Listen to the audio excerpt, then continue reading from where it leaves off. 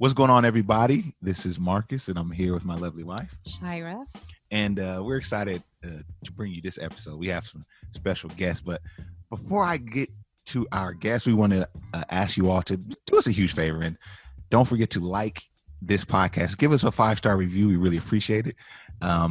And we want you to sit back, turn your speakers up really loud for this, because we're interviewing an awesome couple that's going to be sharing their journey to not only debt freedom, but to how they're building wealth currently. And I know you're going to be excited. Please welcome my friend. I was actually on his podcast. I think it was early or mid 2021. Yeah. So I'm excited to have him on our podcast. We have Rashad and Nirvanna. Thank you both for being on the show. How are you? Doing well. Appreciate y'all having us. Thank you so much. We are honored to be here with you all. Man, absolutely. We've been trying to get this, get our schedules together. We finally did. So we're happy to have you on. And we're excited to hear your story. Yeah, so let's just dive in. So if it would be okay, maybe you can tell us a little bit about yourself and where you're from and all that good stuff. And then we'll hop into your debt-free story. So every time we introduce ourselves, I always go first. I'm going to give my beautiful wife, Nirvanna, the honors of introducing herself first. Sure. Well, my name is Nirvanna. I'm a wife and mother and educator. I'm from beautiful Sacramento, California. And we've been married for 16 years. Come on now. It's usually the man that forgets. It's been so good, almost 16. Oh, that's great. No, it's been 16. We're going on 17 years. Yeah, 17. That's what I said. I said 16. I know, but you weren't sure. Hey. Whatever. All right, so I'm Rashad. I'm her husband. We've been married. It'll be 17 years, July 7th of next year. We have 3 children. We have a 15-year-old boy, a 10-year-old girl, and a 9-year-old boy. And we're both educators. I'm a school administrator, and my wife is a teacher. And, we have come across so many other young African-American couples who have been doing the thing, and it's always good to have these conversations and have this dialogue, because we're excited about bringing financial awareness to other couples. So, hey, I appreciate you all for having us today. Man, absolutely, Rashad. That's beautiful. And like you said, every time we sit down with another couple, we get, more energized, right? And I think that happens to those who listen to the podcast too. It's like, man, 2 couples, both married, both, doing it, their thing financially, it's nothing but encouragement. So absolutely. Now, we want to go back to the genesis of your financial story. So can you kind of give us a little insight on maybe you all's upbringing with in regards to finance, like growing up? What was the financial literacy like? Yeah, so we came from polar opposites as far as finances were concerned. I had my father was a 7th or 8th grade middle school dropout, and he was a hustler. So he always had to do what he had to do to get money. He was a truck driver. And I remember growing up, my mom was a stay-at-home mom. So my dad he raised 3 kids, probably on $25,000 a year at the time. And he was one of those dads, he didn't believe in working extra jobs because he wanted to be there for us. So, you got some people that have 2 full-time jobs and they sacrifice that time with their children. My dad wasn't like that. He would rather us struggle financially, but he wanted to be there at all our football practices, all our baseball, basketball practices. And we appreciated that growing up. At the same time, we didn't really necessarily have a lot of the financial things that we needed growing up. So she can tell you about her upbringing with money. I mean, we weren't rich, but we weren't poor. We lived comfortably. I didn't need or want for anything. So, to me, we were middle class. We didn't struggle, but we had some struggles within our family, but nothing major. Gotcha. So now, when you all met, were there any? Where were you financially when you got together? Were there any conversations about finance, or was it kind of like me and Charlotte laugh because we just got married? That's all we knew to do. It's like, hey. We were in love, we'll handle that money stuff later, We didn't really have any money anyway. Yeah, exactly. So what was it like when you guys were, falling in love and kind of thinking about marriage and stuff like that? I don't think money was a conversation for us. We just kind of the same. We were fresh out of college. We had terrible jobs. So, we're in love, like you said, and we kind of figured it out along the way.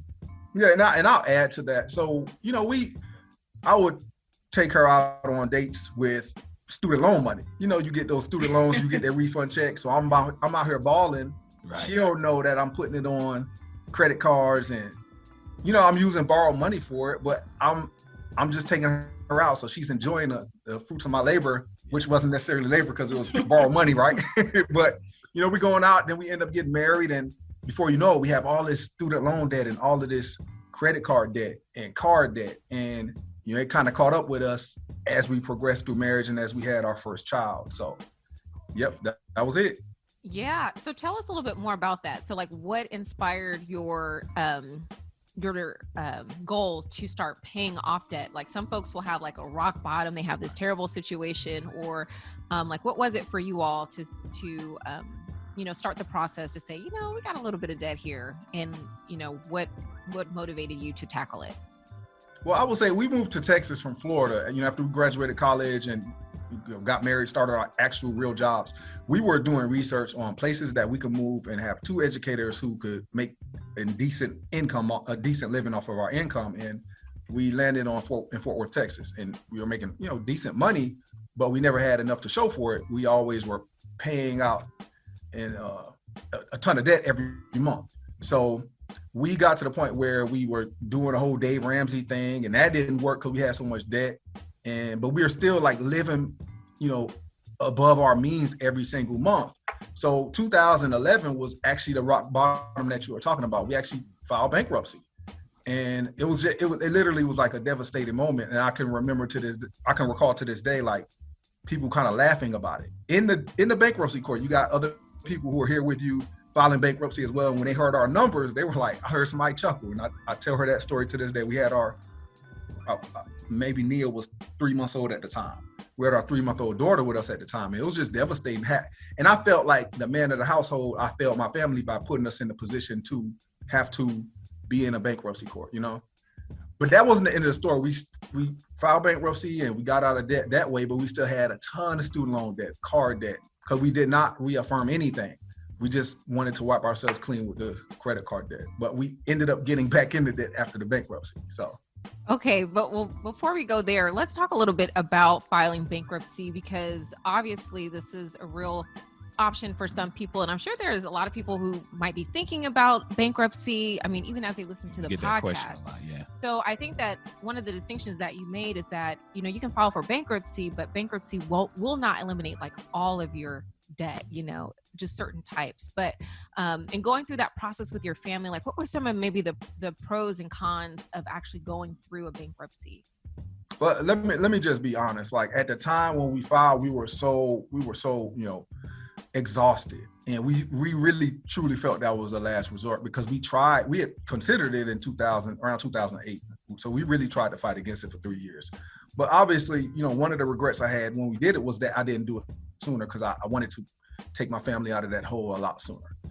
But once you do it, you just have to understand that it's not the end of the world.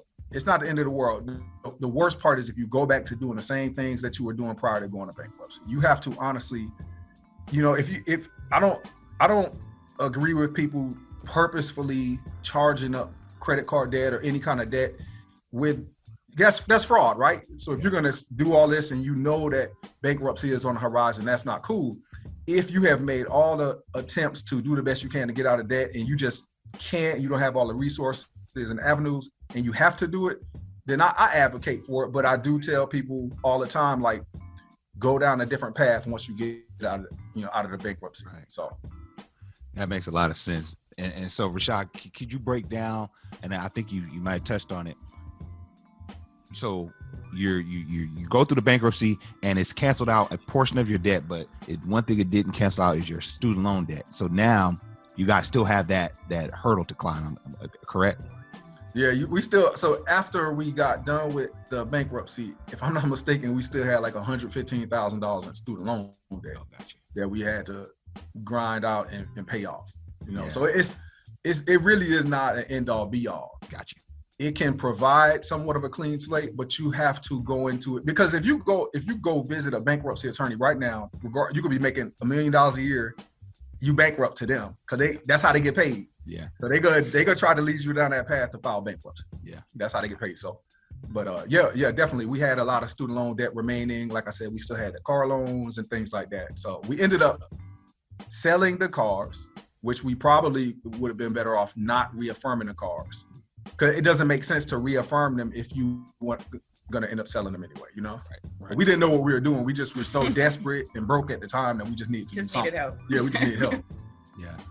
I mean, thank you for being so transparent. And I think like I get a lot of questions, believe it or not, from people saying, what do you think about bankruptcy as an option, you know, to kind of restart when they're in like a lot of debt. So I really appreciate the insight on this. Well, that's the thing, right? So in our community, right, I think you use the key word, it's transparency. And I think a lot of time when you're looking at the gram or Facebook, the social media, people are not transparent enough. A lot of time people front because they don't want other people to see that they struggle. So all you see on social media are people who are going through good times. So you don't see what's going on behind the scenes. You just see that, you know, Marcus and Shira are buying up all these investment properties or whatever, but you don't see the grind that it took to get to that point, or you don't see the financial struggle. So I think with conversations like we've had, and I've had these conversations with Julian and Kirsten as well about transparency and the struggles to get to where you are. And other people need to hear these things because it gives them more hope, you know, to let them know they could be successful as well. And that's part of the process. You don't just go from here to here. You know, the struggle is part of the process. Yeah, absolutely. Very well said. Yeah. Right. So when you made the decision to tackle your debt, about how much debt did you have in total, and what were the types of debt? So we were the funny, I tell this story all the time, and we've had situations where our debt started out at this amount, 100 something thousand, then it started out at this amount. The official amount we use is 85,000 because that's when we started Financial Peace University, and that's the number we had. And if I'm not mistaken, that was all student loan. I'm sorry, that was student loan debt and credit card debt. Gotcha. And we had a car payment as well. We had the van. Yep. So student loan debt, car payment, and some credit cards. And it was 85,000. That's the official number. Okay. Wow. And so how did you approach that debt payoff? You know, what strategies did you use to begin this process? Well, I'm going to give all the credit to my wife. We took the first week of FPU, and I think that was the Debt Free series, or was it whatever it was. And she came to me, and, you know, we had this nice van. We had just bought her a van. That's another different story, right?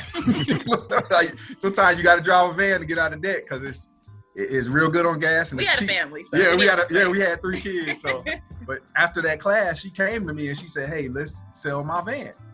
And literally, we listed it on Craigslist and sold it like in 2 days, and we ended up selling it on her birthday, which she, you know, that kind of catapulted us into the next stratosphere as far as paying off our debt. So I gave all the praise to her as far as, you know, recognizing this something that we needed to do. She understood at that point the weight that the debt held me down. Like, I was the one that was not sleeping at night, and she didn't understand that necessarily. You know, she was sleeping peacefully, but I was struggling. So I give her the credit.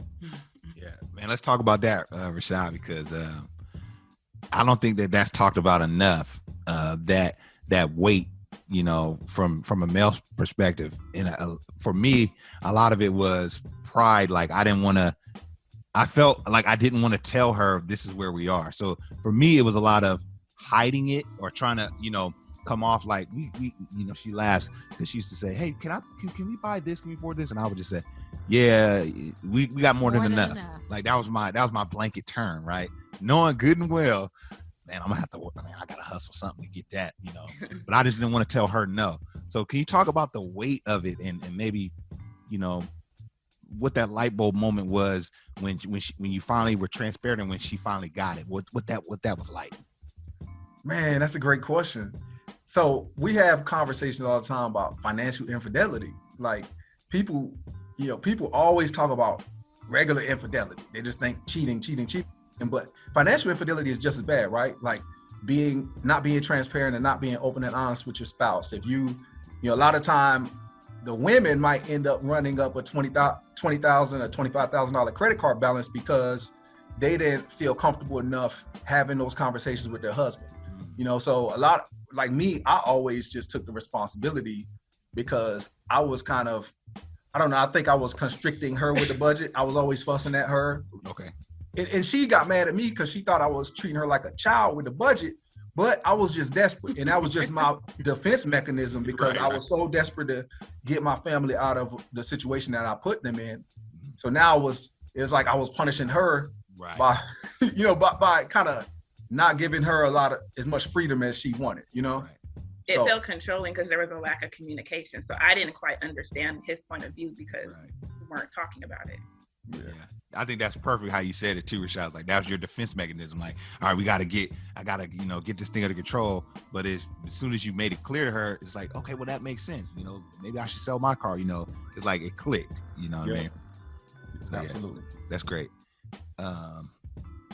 Okay, so now you guys you sold the car. You made the first kind of big move. So what was the rest of the journey like? Because a lot of people don't understand, like when you're paying off debt and you get into the habit of paying it off, like you can kind of get, what's the word I'm looking for? So you can kind of get in a groove. Yeah, in a groove, but also kind of just kind of just like it gets tiring at times, you know, because it's such a long journey. So what was that journey like? And did you guys ever feel like, you know what, I'm getting tired of this? Or was it always, you know, exciting and motivating and you guys trucked through it?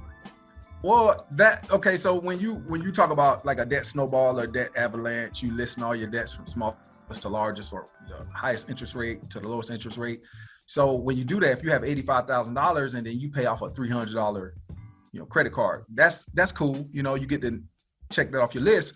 But when you pay off like a $13,000 van, that's like a big snowball. Yeah. So now that's motivating you. Now you ready to go out there. I probably took like 2 part-time jobs just to help knock things out quickly, you know? So yeah, that was a huge part of the process. And like I said, I was more motivated because it was her that led that charge. She's the one who came to me and said, hey, let's sell my van. I didn't go to her and bully her or anything.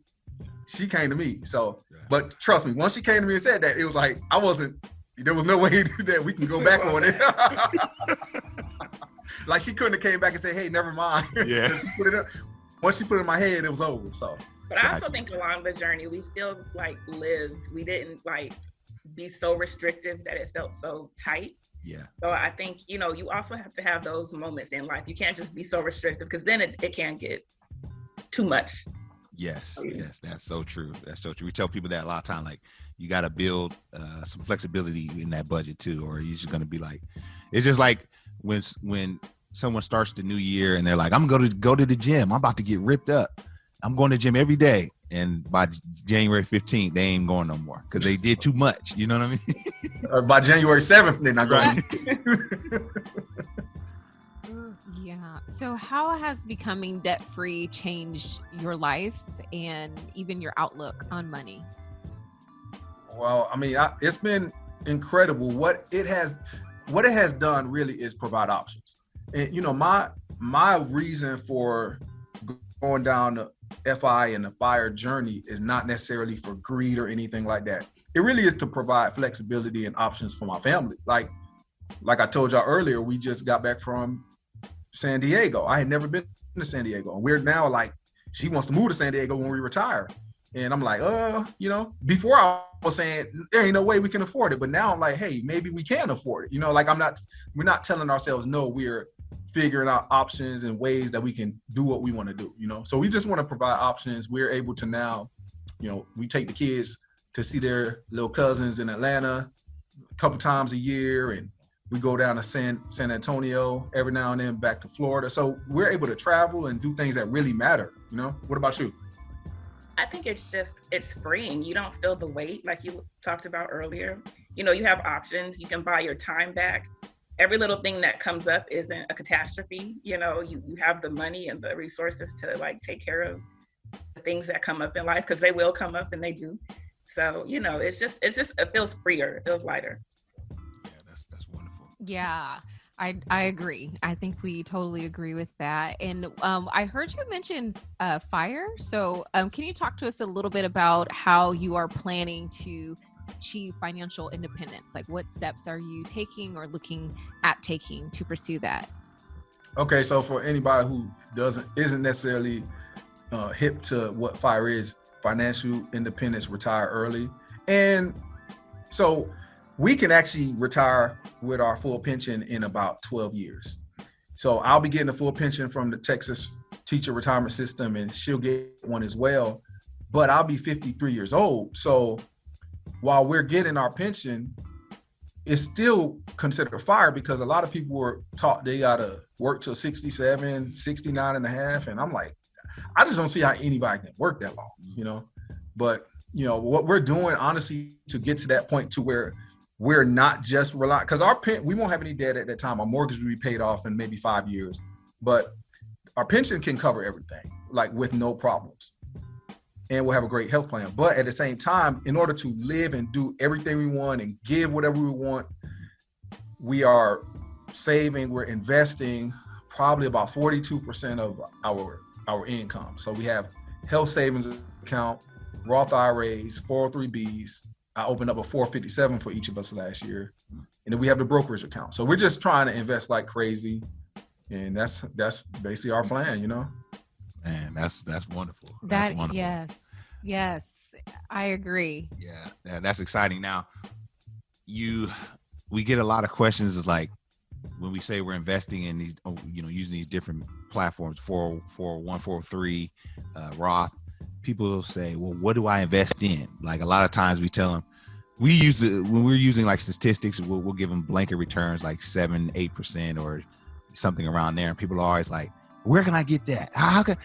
What do you mean 7%? What am I supposed to do? And it's like, it's happening. Like, so can you break down maybe, and we're none of us on this thread of financial advisors. I don't believe Rashad and Nirvanna. So we having a conversation that y'all listening to, but can you give people maybe some insight into where do I park some of this investment money that I'm trying to, build?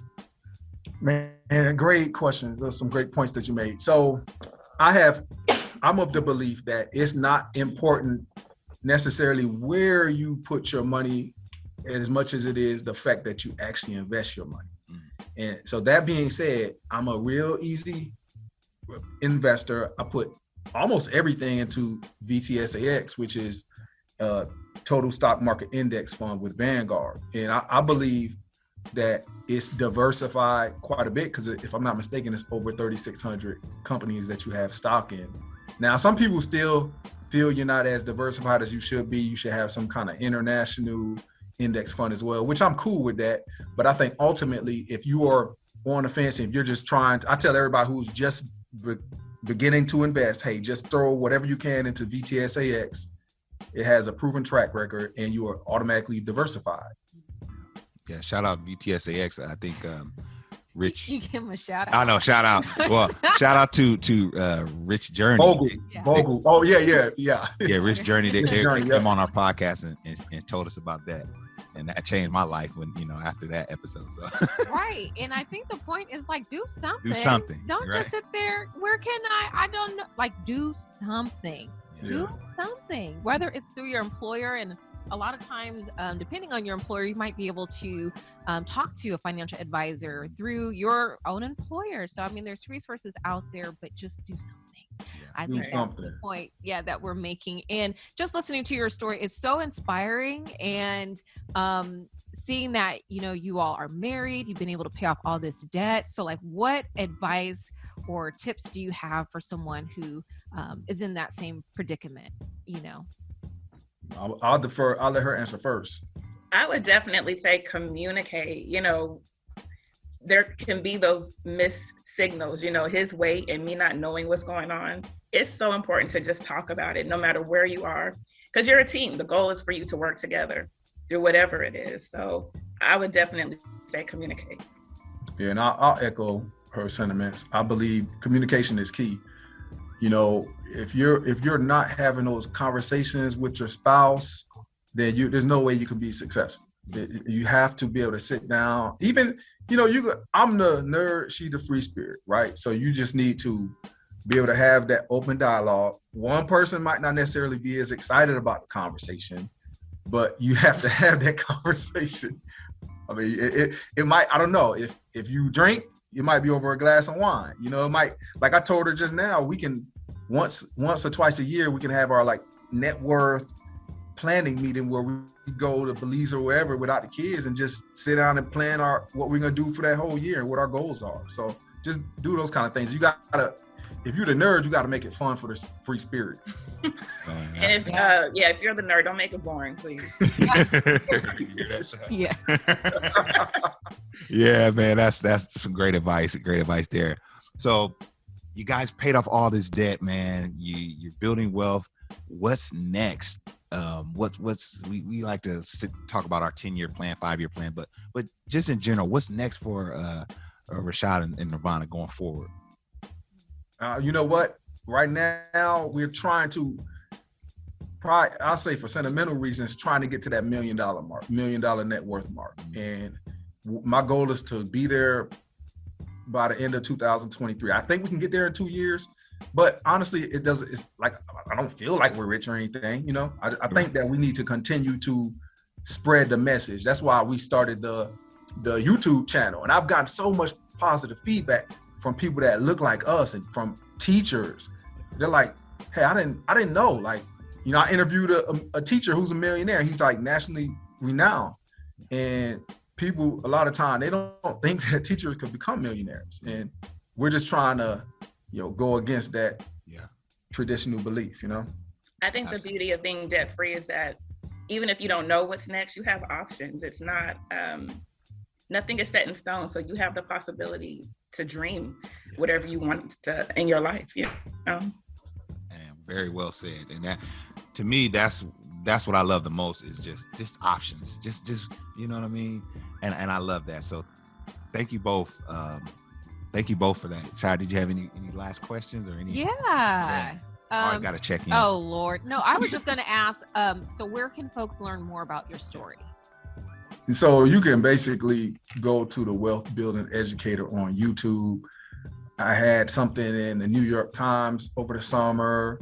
You know, I have an interview as well with His and Her Money that we did together on YouTube. And then we should have something coming out with Anthony O'Neill pretty soon. We did an interview a couple weeks ago with him.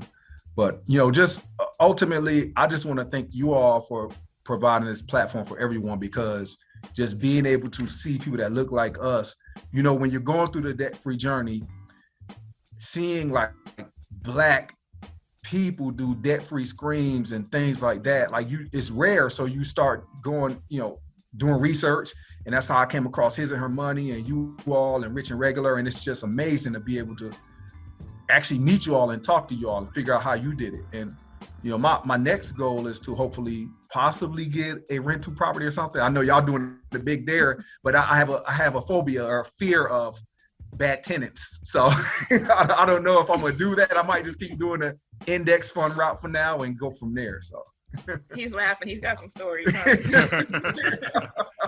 Yeah, definitely. But hey, you guys are doing some dope stuff, and I really appreciate those words, because it's encouraging for us. And I like you said, I love this community because, man, we're seeing a bunch of couples that are like doing it, you know, and it's just very inspiring. And I know to our listeners out there, I'm sure it's inspiring to them as well. So thank you both for sharing your journey and for doing the work, and you know, thank you. We really appreciate it.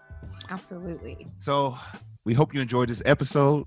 We'd like to thank you for checking us out. Till next time, this is Marcus, and I'm here with my lovely wife, Shira. We're gonna holler at y'all on the next one. Peace. Bye.